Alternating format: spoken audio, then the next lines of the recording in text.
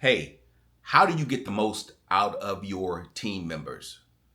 How do you ensure that the people that you employ are performing at the max peak of efficiency? Well, you have to provide them the right tools. So I'm going to give you 3 tips today to help you do just that. And you know what? I'm going to do it while drinking coffee. Sorry, tea drinkers. Got my boss man, I'm done. Got no patience for your fun. Hey everyone, this is Glen Guyton, keynote speaker, workplace engagement specialist. Today I want to talk to you about 3 things that I think will help you build better teams. Now I always say that leadership matters, so you might as well get good at it. And this idea came to me while I was drinking my coffee. Now, if you're a tea drinker, I think this applies to you too. But you know, coffee is a really simple thing, a really simple beverage, but it's hard to do well. I'm drinking some hotel coffee right now. I mean, it's okay. It's not the best coffee. It's not the worst coffee. But you know, coffee is really only made of 2 things: water and coffee beans. Now, this tells you the quality of the coffee that I'm drinking. This is no coffee beans in here. This is like a filter pack with some coffee essence in it, but you get the idea. But as you think about the workplace, as you think about the team, I want you to think about those 2 ingredients of coffee. You have water, which is like your workplace environment, your workplace culture, and you have the coffee beans, which is like your employees. That's the starting point, is having the right ingredients in the workplace. So number 1, put together the right ingredients in order to have an effective team. You have to have the right beans or the right employees with the right quality, the right flavor in order to get the results that you want. You have to hire good people. You have to have a good process for bringing the right people into your water, your environment. Now, if you have a poor environment, it doesn't matter how good your employees are. It's so hard to overcome a toxic workplace. So work on your culture. Work on the environment that you put good employees in. Because if you have a toxic environment, your employees are going to leave. Number 2, the second thing about coffee, or tea if you will, is that you have to have the right process. And this goes along with teams too. How you brew your coffee or your tea matters. The processes and systems that you have in place in the workplace matter. Now, there are a number of different ways to brew coffee. Here in this hotel room that I'm in, it's some little tiny machine that just pumps hot water over this bag that I just dropped on the floor. Where is the coffee? This bag, right? And so it's not going to give you the best outcome, right? Because the water temperature is all over the place. You're not getting the water spread over the coffee beans like if you do a pour over coffee, or if you do one of those chemist machines. I don't know if you've seen those fancy machines that make sure that the water is at the right temperature. You get the right dispersion of water over the coffee. Think about this in regards to your team, the processes, the systems that you have in place to ensure that you get the most out of your employees. You have to have the right ingredients, and you have to have the right processes, the right systems in order to help your people maximize the skills and the talents. Y'all remember that old coffee maker, the percolator? Make way for the percolator. Make way for the percolator. I don't know if y'all remember that or the coffee pot that you just sat on the stove and then you just turned up the heat and then you just boiled the coffee. Basically, you get a lot different outcome and flavor from that type of coffee versus a Mr. Coffee machine. the processes make a difference. So how are you onboarding your employees? How are you making sure that they are up to date with all of the skills that they need to do the job? Do they have the right equipment and tools to be effective? Those are things that you need to pay attention to as a leader. And then finally, as we think about coffee and the workplace, how you maintain or store your coffee is important. We don't always drink the full cup of coffee right away.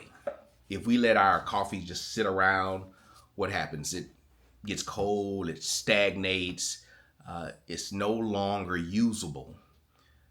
If we continue to apply heat to our coffee, what happens? It gets bitter.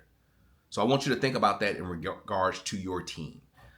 If you are constantly putting your teams under pressure, if you're constantly turning up the heat, they're going to burn out. They're going to dry up. They're going to become bitter. They're going to rebel, and they're not going to be any good.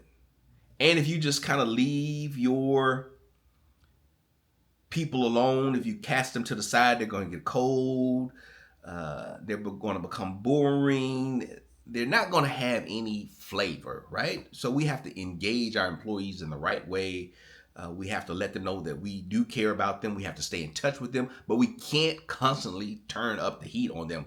We can't put them in positions that are unsustainable. And as we think about tools, part of this is we have to make sure that we have the right amount of resources to help people produce and achieve the things that we want them to achieve. One of the best ways that you can store coffee is in these containers that have this vacuum wall, and it keeps the coffee at a constant temperature, but it doesn't add additional heat. It insulates them. That's one of our jobs as we think about our employees, is that we need to put them in the right environment, and we need to build in some boundaries, right? We build in some parameters to help them understand, what they can and can't do. We say, hey, these are the constraints that we want you to operate in, and then you can kind of leave them alone and you tap them when you need them, and that's the best way to maintain consistent quality throughout the life cycle of an employee. I don't know. I hope you all like that analogy. I do like coffee. I like drinking coffee, and we drink a lot of coffee at work. And so I think this analogy hopefully is helpful for you as you think about unlocking the power of your people. You have to put them in the right environment. You have to hire the right people. You have to have processes and systems in place in order to get the maximum out of them. And then you have to take care of your people. Those are three areas that I think we take for granted as leaders, but better leaders get better results. One of the things that I'm not in favor of as we think about number 3, when I talked about kind of the storage, like, how do you maintain and care for employees? We had this thing in the workplace, the annual evaluation. And often for many bosses, many workplaces, that's the only time that they give feedback to their teams. It's this whole process where we're gonna write down everything that you've done for a year, and we're going to talk about it on this one day. Out of the other 364 days that you've been working, we're going to set aside one day to give you feedback on all of those days. I think that's wrong. I think that's messed up. I think we have to give people feedback along the way.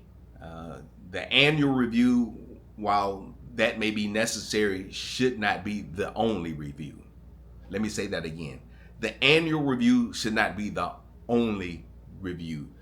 If anything, that should be the last review in a series of reviews, whether that's quarterly or whether that's monthly. But I believe in constant and consistent feedback to my employees so that they always know where they stand. And instead of making major corrections, we're making minor course corrections along the way. If someone has been going in this trajectory all along and you're just waiting, I'm not going to say anything until the annual review. I'm not going to say anything until the annual review. I'm not going to say anything until the annual review. They have this much of a gap to close.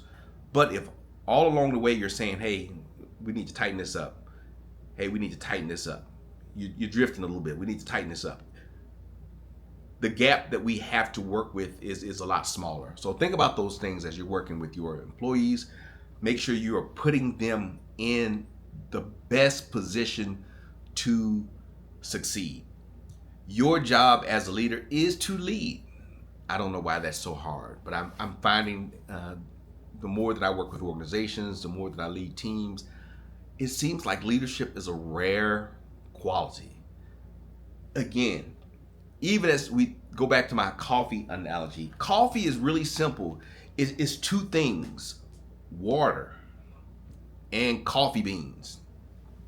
But how we process these beans makes a difference. How we grind them up, how we hold the beans, how we choose the beans, which variety of beans we choose, all of that makes a difference.